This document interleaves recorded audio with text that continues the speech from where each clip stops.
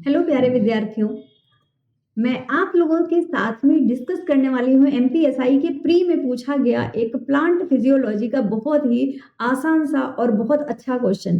तो बेटा क्वेश्चन में पूछा गया है microsporogenesis is referred to as, मतलब जो माइक्रोस्पोरोजेनेसिस होता है जिसको कि हम लघु बीजाणु जनन भी बोलते हैं, इसको किस प्रकार से आप संदर्भित कर सकते हैं। संदर्भित करने का मतलब है कि आपसे प्रक्रिया पूछी गई है कि ये जो माइक्रोस्पोरोजेनेसिस है या फिर जो लघु बीजाणु जनन है ये क्या है। तो देखो यहाँ पर करेक्ट ऑप्शन की बात करें बेटा तो ऑप्शन दिया है फॉर्मेशन ऑफ पॉलन ग्रेन्स या फिर पराग कणों का निर्माण। तो पराग कणों का निर्माण जो होता है उसी को हम माइक्रोस्पोरोजेनेसिस या फिर लघु बीजाणु जनन बोलते हैं। ऐसा होता क्यों है, चलिए आपको समझाते हैं क्यों ये ऑप्शन करेक्ट है। देखो बेटा फ्लावरिंग प्लांट्स आपको पता है, फ्लावरिंग प्लांट्स इनको हम क्या बोलते हैं, इन्हीं को हम पुष्पीय पौधे भी बोलते हैं। तो ये जो फ्लावरिंग प्लांट्स होते हैं, पुष्पीय पौधे होते हैं, बेसिकली नाम क्या है, एंजियोस्पर्म्स। तो ये जो एंजियोस्पर्म्स है बेटा, यहाँ पर जो पुंकेसर होता है, नर जनन अंग जो होता है उसको हम क्या बोलते हैं, उसको हम बोलते हैं पुंकेसर या फिर इसी को हम स्टैमेन भी बोलते हैं। इंग्लिश में स्टैमेन और हिंदी में इसी को पुंकेसर बोला जाता है। अब ये जो बेटा स्टैमेन होता है कुछ इस तरीके की एक संरचना होती है जहां पर ऊपर ऐसे एक एंथर प्रेजेंट होता है। एक होता है एंथर और एक होता है फिलामेंट। ठीक है, फिलामेंट से लगा हुआ एंथर होता है। तो अब ये जो एंथर वाला पार्ट है इसके अंदर ही ये प्रक्रिया हो रही होती है जो आपसे माइक्रोस्पोरोजेनेसिस या फिर लघु बीजाणु जनन पूछा गया है। ये बेटा इस एंथर के अंदर ही प्रक्रिया हो रही होती है। कैसे होती है चलो समझाते हैं। अभी मैंने आपको बताया कि कुछ इस तरीके का एंथर होता है। चलो एंथर को काट के देखते हैं इसके अंदर क्या है।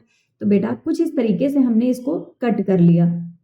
अब ये जो एंथर है हमने इसको कट किया तो कुछ इस तरीके से हमें 4 पोर्शन में देखने को मिलेगा। तो जो एंथर है जब हमने इसको कट किया तो बेटा इसके अंदर हमें देखने को मिलता है कि कुछ कुछ सेल्स प्रेजेंट हैं। ये कुछ सेल्स यहाँ पर प्रेजेंट होती हैं एंथर में। ये क्या है, ये है एंथर। देखिए बहुत इंपॉर्टेंट कॉन्सेप्ट है और आप कभी नहीं बोलेंगे, अगर आपने ध्यान से सुन लिया तो ध्यान से सुनिएगा। ये जो एंथर है, एंथर को हमने कट किया।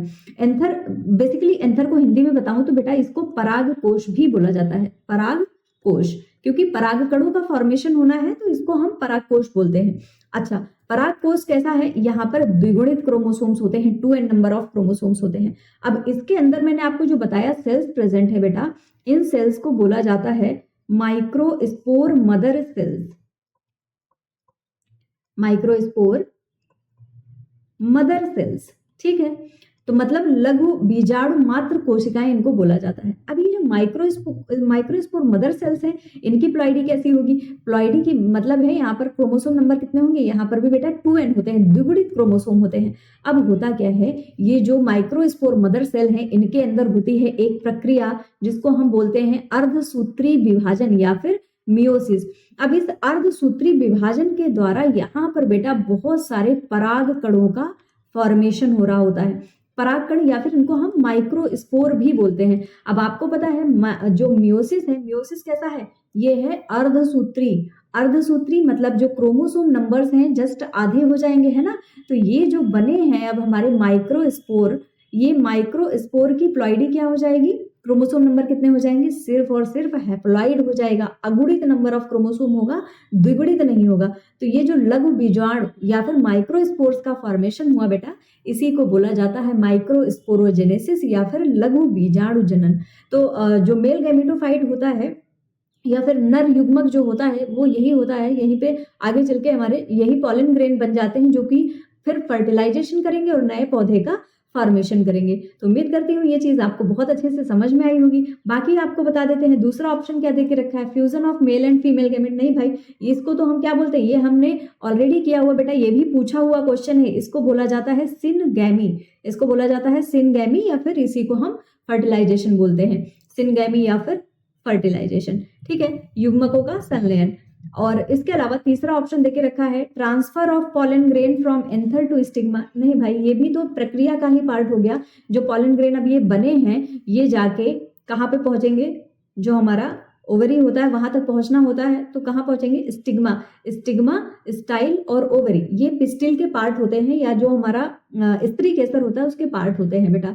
तो यहाँ पर पराग कणों का जो पहुंचना होता है वो एक ट्रांसफर की प्रक्रिया है, वो भी लघु बीजाणु जनन बिल्कुल नहीं है।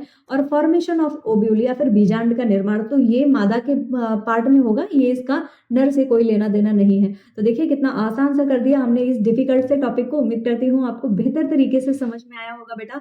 और फटाफट से आप कमेंट सेक्शन में भी बता दीजिए, और हमारे सारे बैचेस भी स्टार्ट हो चुके हैं, तो आप ज्वाइन कर सकते हैं जिस भी एग्जाम की आप प्रिपरेशन कर रहे हैं हमारी टीम के साथ में। सो थैंक यू एवरीवन, मुलाकात होती है आपसे नेक्स्ट क्लास में।